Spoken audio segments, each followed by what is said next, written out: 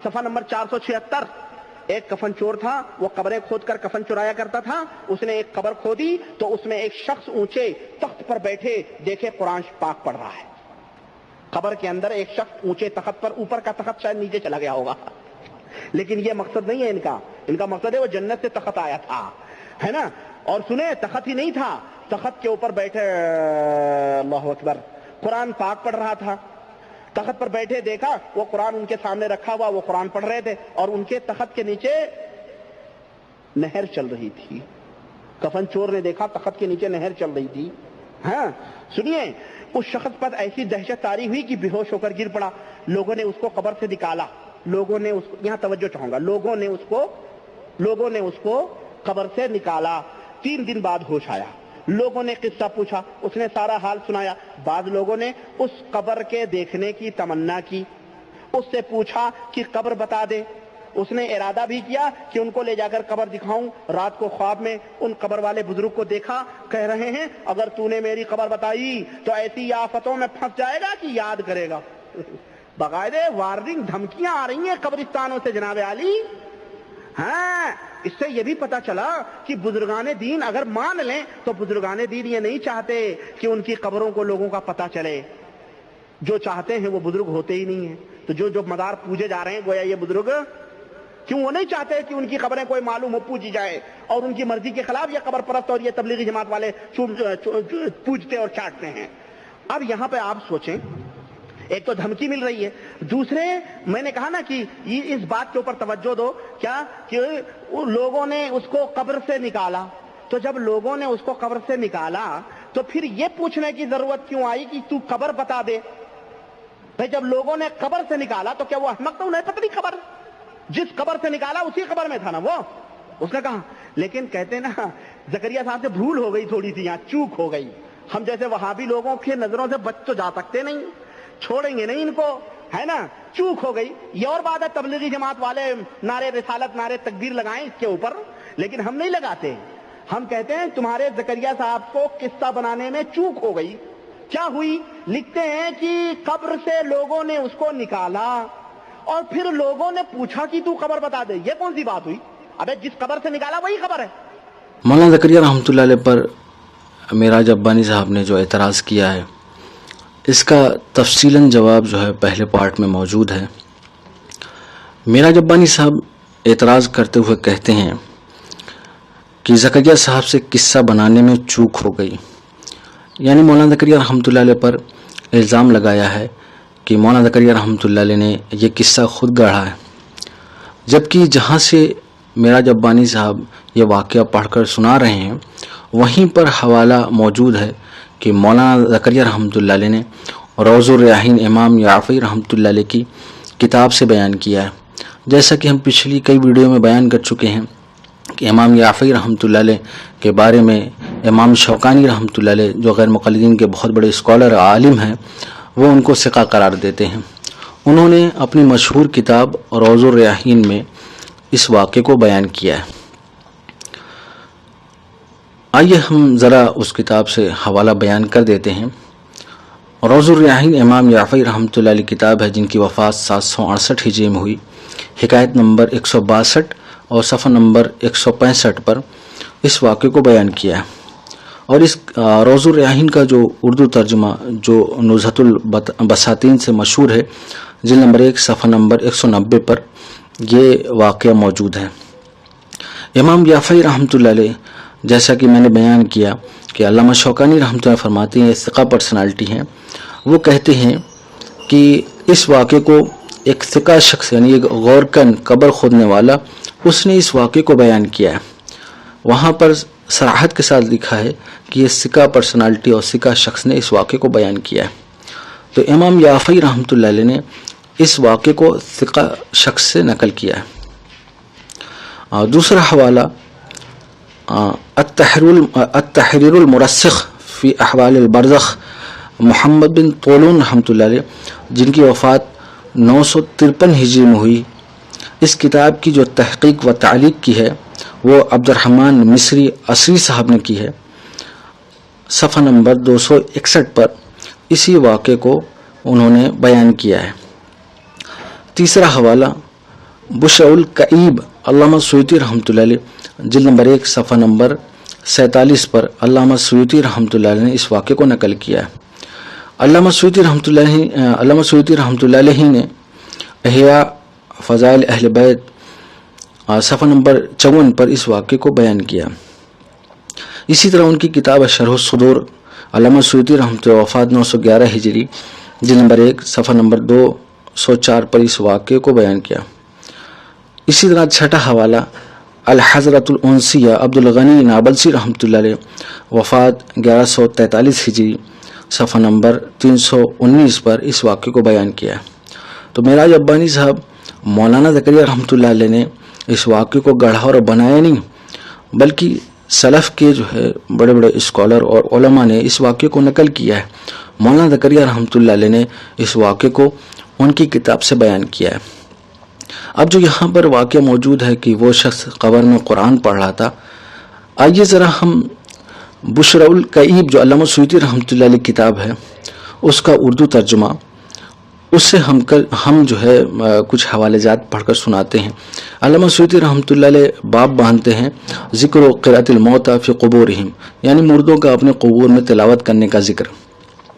اب وہ سب سے پہلی روایت نقل کرتے ہیں، حضرت ابن عباس رضی اللہ تعالیٰ عنہما فرماتے ہیں صحابی رسول صلی اللہ علیہ وسلم میں سے کوئی ایک قبر پر بیٹھ گیا اور انہیں معلوم نہ تھا کہ یہاں کوئی قبر ہے، جبکہ اس قبر میں ایک شخص سورہ ملک کی تلاوت کر رہا تھا، یہاں تک کہ اس نے سورہ ختم کی تو وہ صحابی حضور صلی اللہ علیہ وسلم کی خدمت میں حاضر ہوئے اور یہ واقعہ بیان کیا تو آپ صلی اللہ علیہ وسلم نے فرمایا یہ سورہ عذاب قبر کو روکنے والی ہے اور نجات دلانے والی ہے، اسے عذاب قبر سے نجات دلاتی ہے۔ ترمذی۔ اس کے بعد اسی حدیث کی شرح میں وہ فرماتے ہیں کہ علامہ سعدی رحمۃ اللہ علیہ نے اپنی کتاب احصاء میں فرمایا کہ اس حدیث میں حضور صلی اللہ علیہ وسلم کی طرف سے اس بات کی تصدیق ہے کہ مردہ اپنی قبر میں تلاوت کرتا ہے، کیونکہ صحابی نے اس واقعی خبر دی اور رسول اللہ صلی اللہ علیہ وسلم نے اس کی تصدیق فرمائی۔ اسی طرح اسی حدیث کی شرح میں علامہ سیوطی رحمۃ اللہ نقل کرتے ہیں کہ امام کمال الدین ابن زملکانی رحمۃ اللہ علیہ نے اپنی کتاب العمل المقبول فی زیارت رسول میں فرماتے ہیں یہ حدیث مبارکہ اس بات پر واضح طور پر دلالت کر رہی ہے کہ مردہ اپنے قبر میں سورہ ملک کی تلاوت کرتا ہے۔ اس روایت میں اللہ تعالی کا ایک ولی کو انعام و اکرام سے نوازنے کا بھی ذکر آیا ہے کہ اللہ تعالیٰ انہیں قبر میں تلاوت کی توفیق عنایت فرماتا ہے اور بعض کو نماز ادا کرنے کی توفیق سے نوازتا ہے۔ اسی طرح حافظ ابن رجب رحمۃ اللہ علیہ اپنی کتاب احوال القبور میں فرماتے ہیں اللہ رب العزت بعض اہل برزخ کو مقام برزخ میں اعمال صالحہ کی توفیق سے نوازتے ہیں، اگرچہ انہیں اس سے ثواب حاصل نہیں ہوتا کیونکہ موت کی وجہ سے ان کے اعمال کا ثواب منقطع ہو جاتا ہے، لیکن وہ یہ عمل اس لیے کرتے ہیں تاکہ اللہ تعالیٰ کے ذکر و اطاعت سے لذت حاصل کریں، جیسا کہ ملائکہ اور جنتی جنت میں اس سے لذت حاصل کرتے ہیں، اگرچہ اس عمل پر انہیں کوئی ثواب حاصل نہیں ہوتا کیونکہ ذکر اور اطاعت ان کے نزدیک دنیا اور اس کی تمام لذتوں اور نعمتوں سے بڑھ کر نعمت ہے۔ یہ دونوں حوالے علامہ سیوطی رحمۃ اللہ علیہ کتاب شرح الصدور صفحہ نمبر 188 اور 189 پر موجود ہے۔ آئیے ذرا ہم دوسرا جو حوالہ علامہ سیوطی رحمۃ اللہ علیہ نے بشر الکعیب میں نقل کیا ہے وہ ایک حضرت طلحہ بن عبید اللہ رضی اللہ تعالیٰ عنہ نے فرمایا میرا کچھ مال جنگل میں تھا، میں اسے لینے گیا تھا، وہاں مجھے رات ہو گئی تو میں نے عبداللہ بن عمرو بن حرام کی قبر کے پاس ٹھکانہ لیا تو میں نے قبر سے قرأت قرآن سنی اور اس سے اچھی آواز میں نے کبھی نہ سنی تھی۔ پھر میں نے حضور صلی اللہ علیہ وسلم کی خدمت میں حاضر ہو کر یہ واقعہ عرض کیا تو آپ صلی اللہ علیہ وسلم فرمایا یہ عبداللہ تھے، کیا تم نہیں جانتے کہ اللہ تعالیٰ نے ان کی ارواح کو قبض فرمایا اور زبرجد اور یاقوت کے فانوس میں رکھا، پھر ان کو جنت کے بیچ میں معلق فرمایا، تو جب رات ہوتی ہے ان کی روحیں واپس کر دی جاتی ہیں، وہ اس طرح صبح تک رہتی ہیں، جب صبح ہوتی ہے تو پھر ان کی روحیں ان کی جگہوں میں جہاں پہلے تھی لوٹا دی جاتی ہیں۔ ابن مندہ رحمۃ اللہ علیہ کے حوالے سے نقل کیا۔ تیسرا اسی طرح حضرت ابراہیم بن عبدالصمد مہدی فرماتے ہیں مجھے ان لوگوں نے جو صبح کے وقت قلعہ سے گزرتے تھے بتایا جب ہم ثابت بنانی رحمۃ اللہ قبر کی بلندی سے گزرتے تو تلاوت قرآن پاک سنتے تھے۔ ابن جریر رحمۃ اللہ علیہ۔ اسی طرح حضرت اکرمہ رحمۃ اللہ علیہ سے روایت ہے کہ مومن کو قبر میں قرآن دیا جاتا ہے جس میں وہ تلاوت کرتا ہے۔ ابن مندہ رحمۃ اللہ علیہ۔ اسی طرح وہ نقل کرتے ہیں حضرت عاصم سقطی رحمۃ اللہ فرماتے ہیں ہم نے بلخ میں قبر کھودی تو اس میں ایک سوراخ تھا. ہم نے دیکھا کہ قبر میں ایک بوڑھا شخص چہرہ قبلہ کی طرف کیے ہوئے ہے اور اس پر سبز رنگ کی چادر ہے, اس کے ارد گرد سبزہ ہے, اس کی گود میں قرآن پاک ہے جس میں وہ تلاوت کر رہا ہے. ابن مندہ رحمۃ اللہ علیہ. اسی طرح ابو نصر نیشا پوری جو گورکن تھے یعنی قبر کھودنے والے اور متقی اور صالح آدمی تھے, فرماتے میں نے ایک قبر کھودی تو اس قبر سے دوسرے قبر کی طرف سے راستہ نکل آیا. میں نے اس میں دیکھا تو عمدہ کپڑے, اچھی خوشبو والا ایک حسین و جمیل جو اس میں آلتی پالتی مارے بیٹھا ہے, اس کی گود میں نہایت عمدہ خط سے تحریر شدہ قرآن ہے. ایسا عمدہ خط میں نے نہیں دیکھا اور وہ قرآن مجید پڑھ رہا ہے. اس جوان نے میری طرف دیکھا اور کہا کیا قیامت قائم ہو گئی؟ میں نے کہا نہیں. تو اس نے کہا جہاں سے تم نے مٹی ہٹائی ہے وہیں ڈال دو. تو میں نے مٹی وہیں ڈال دی. ابن مندہ رحمۃ اللہ علیہ.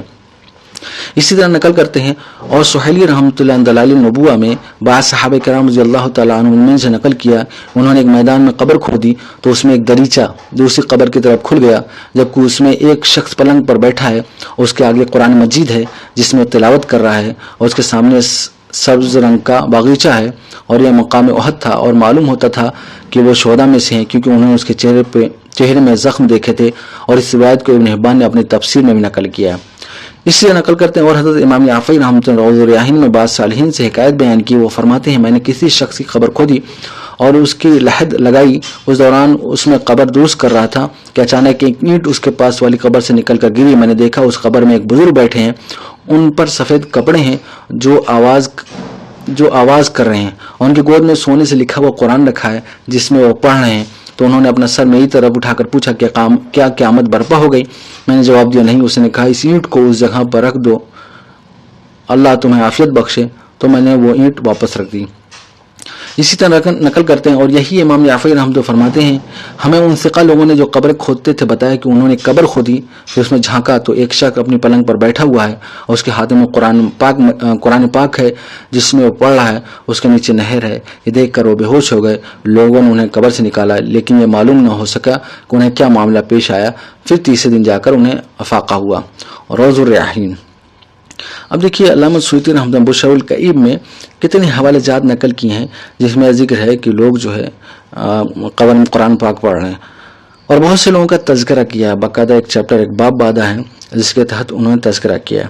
مولانا زکریا رحمۃ اللہ علیہ نے بھی علامہ امام یعفی رحمۃ اللہ علیہ کے حوالے سے اس واقعے کو نقل کیا ہے, جبکہ مولانا زکریا رحمۃ اللہ علیہ ناقل ہیں اور حوالہ بھی دے رہے ہیں امام یعفی رحمۃ اللہ علیہ کے حوالے سے. لیکن معراج ربانی صاحب نے اپنی جہالت کی بنیاد پر مولانا زکریا رحمۃ اللہ علیہ کے ذمہ ڈال دیا کہ انہوں نے واقعہ گڑھا ہے, اور جو اعتراضات کیے ہیں وہ بے بنیاد ہیں, اس کا کوئی سر پیر نہیں ہے. اس کا جواب فرسٹ پارٹ میں جو ہے تفصیلاً دیا جا چکا ہے. تعجب کی بات یہ ہے کہ جیسا کہ یہ فرماتے ہیں کہ بھئی کہتے ہیں لوگوں نے قبر سے نکالا, ان کو پوچھنے کی کیا ضرورت تھی کہ قبر بتا دیں. معراج ربانی صاحب آپ اتنا بتا دیں کہ جو قبر سے نکالنے والے تھے اور پوچھنے والے ایک ہی ہیں, تب آپ کا اعتراض بجا تھا.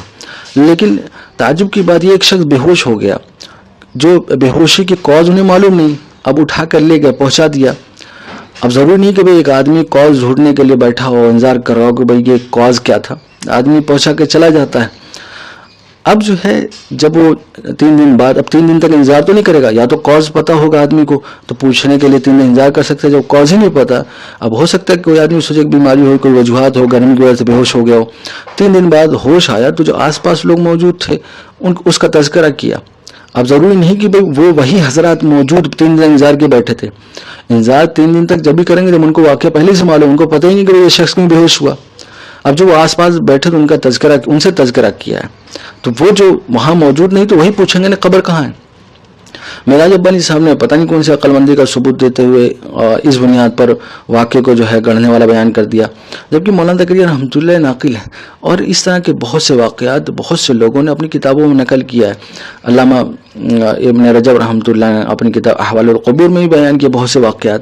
تو اسلاف کے بہت سے لوگوں نے اس کتاب کو بیان کیا. علامہ سیوطی رحمۃ اللہ شرح الصدور میں کئی واقعات بیان کر رکھے, بشر الکئی میں بیان کیا ہے. مولانا زکریا رحمۃ اللہ نے نقل کر دیا تو آپ ان پر اعتراض کر رہے ہیں, جبکہ اعتراض سارے بے بنیاد ہیں.